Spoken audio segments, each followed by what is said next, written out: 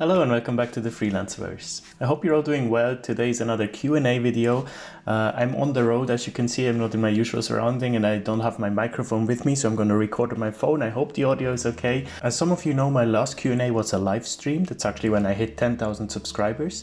That was 8 weeks ago and now we're almost at 13,000, so it's crazy how fast it's growing now. If this is the first Q&A you see, make sure to subscribe to the channel. I would like to hit 15,000 subscribers by the summer. It would be amazing to make that happen. So because I made a live stream, I don't really have questions from the video last time. There were a few, like the video on demand, that watched it after the live stream, but this time I took questions from just the last 8 weeks on different videos, right? If you want to be involved in the next video, I don't even know if that will be before the summer break or maybe just after. Maybe I will start with that for season 3.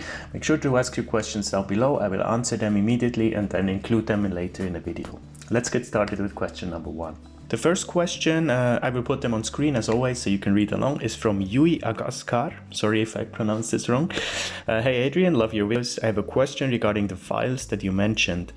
Is it rude or wrong to ask the client to send text files in Word, or do I have to use whatever cut tool they tell me to? What is the usual practice here? Very good question. File formats seem to be still kind of confusing to a lot of viewers. The rule of thumb, like the general practice, is whatever the client wants you to work in, you will work in if you can, right? So if they want to use a cut tool, it makes sense that you say if you work with that or not, because you know that in the end it comes down to data, right? Data is super valuable. Data is the new currency. So if a client tells you they want to work with a cut tool, they have a reason for that, right? They want to cut costs on the long term, right? If they always work with the same cut tool, they build up a big memory, then the translations get cheaper and cheaper because things are already translated and reviewed in the cut tool, right? You can always try to ask your client to work in Word or in Excel if you want to, but chances are that they will then go with someone else that can accommodate to their needs, right? So if you see in a posting on Probst.com or something that they work with STL Trados or with MemoQ, etc., think to yourself, can you deliver this in a format that the client wants to? And if not, I would suggest you go for another job. If you then have a long-term collaboration with a client and some file formats just don't work in MemoQ or in Trados, it happens, right? And then there is a super complicated PDF and they want to import it and it's all messed up. Sometimes I tell them, it makes sense to do this outside of the cut tool. It's much simpler to translate, and if you then still want to import the terminology into the cut tool, you can still do that. You can do an alignment after the translation, right? You can then import all the segments that you translated, you can manually align them, and that's much easier for the translator to work like this. Next up is Tatiana Borzova. Hello Adrian, thank you for your videos. Could you answer some questions? Of course, that's why I'm here. Would you recommend free domain sites such as Wix, Bluehost, etc.? Is it safe to upload portfolio on your own site or pros, LinkedIn, etc., making it available to the public? I'm afraid of using this information by other freelancers. It's kind of a two-part question, it's very interesting, Tatiana. So the first one about these free domain, or free, it's not always free, right?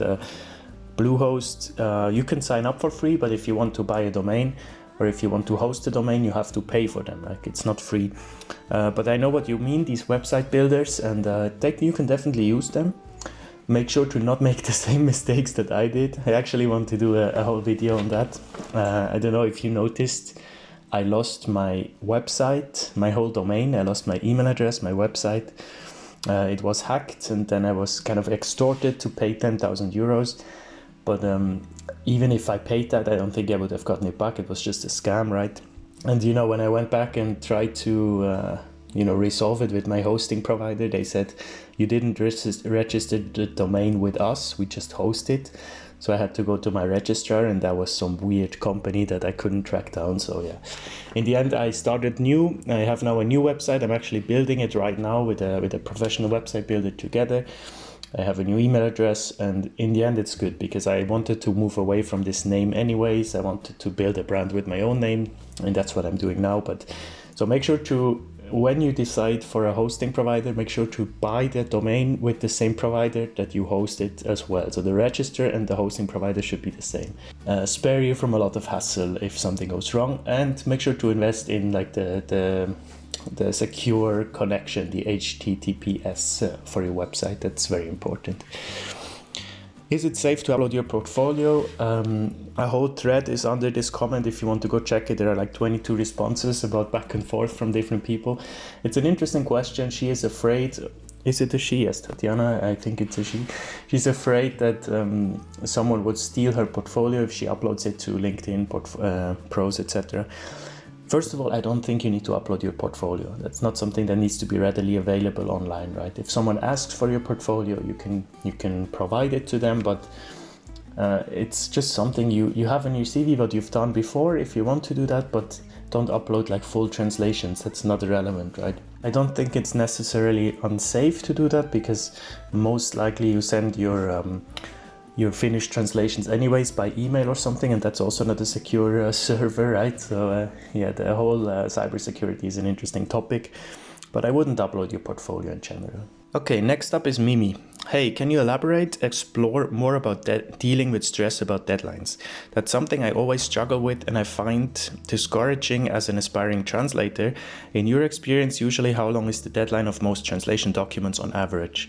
And is it sufficient enough to actually take time to research, translate, edit, finalize a translation? Or is it really short and very stressful where you don't have time to breathe? LOL. It's not really funny, but she wrote LOL. So here it's a very typical answer that happened for a lot of questions. It depends, right? It depends on the client. It depends on the job. I told her, if you have good clients who value your profession, then yes, the deadlines are manageable. If you don't, then they get what they deserve, right? If someone gives you a very short deadline and you tell them that's not manageable, they say we need it anyways, and you decide to accept it. I mean, of course you do your best, but you already told that it's not manageable. And if they still tell you have to do it, then they get what they deserve, right? Me personally, I usually work on smaller jobs with shorter deadlines. That's just what I prefer. If I have a job that takes like a week or even more, like a month or a year, some people work on translations for a year, that would stress me out like crazy. I couldn't deal with just having this bulk in front of me. I really like short deadlines. That's why I actually have a lot of jobs every day that I finished on the same day. That is for me nice, because it gives me kind of the freedom to then breathe. Like when I'm done with the day, I have all my deadlines delivered and I feel like, okay, it's done. I don't like the feeling when I'm finished with the working day and I'm only like 10% into a job. It makes me feel anxious. So find out what works for you. For me, it's smaller jobs. Usually my deadlines are between 1 and 3 days, I would say. And but it happens very often that I get asked a job, I get requested to work for a client, and I tell them, oh, that's not manageable for me. Can I deliver on Monday instead of on Friday?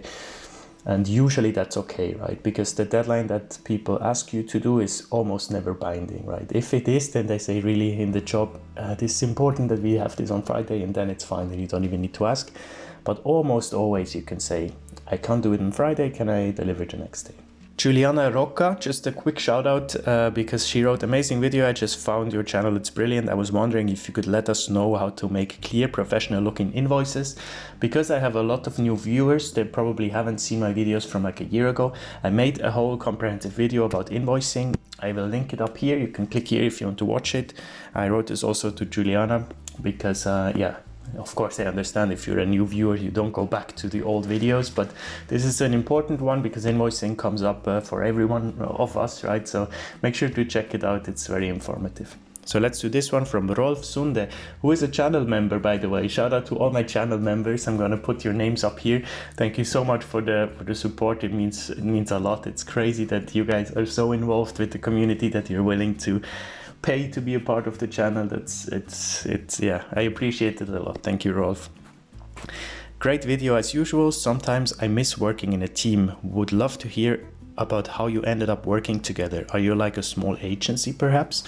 That's in regards to my day in the life video, the second part. I'm gonna put it up here. That's where I did a co-working collaboration. We are not a small agency, no, we are not a team. These are just two people that watched my videos. They reached out, they said they also live in Brussels. we figured out that we actually all live very close to each other in Brussels even.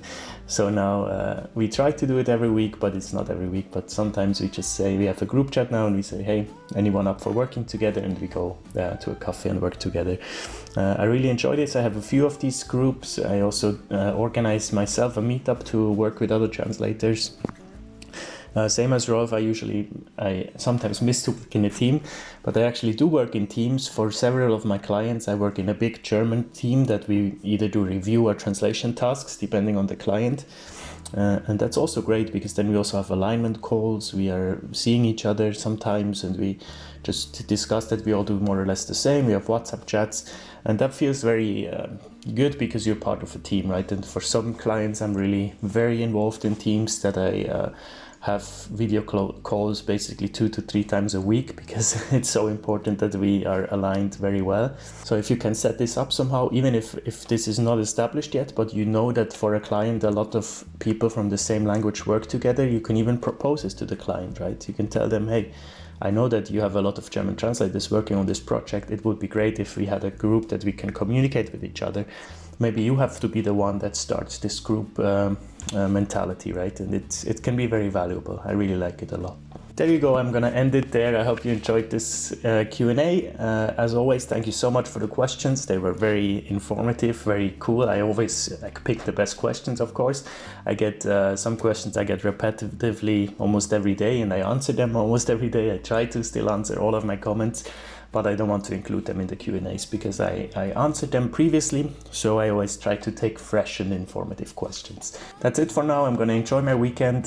Take care, and I see you next Monday with the next video. Bye bye.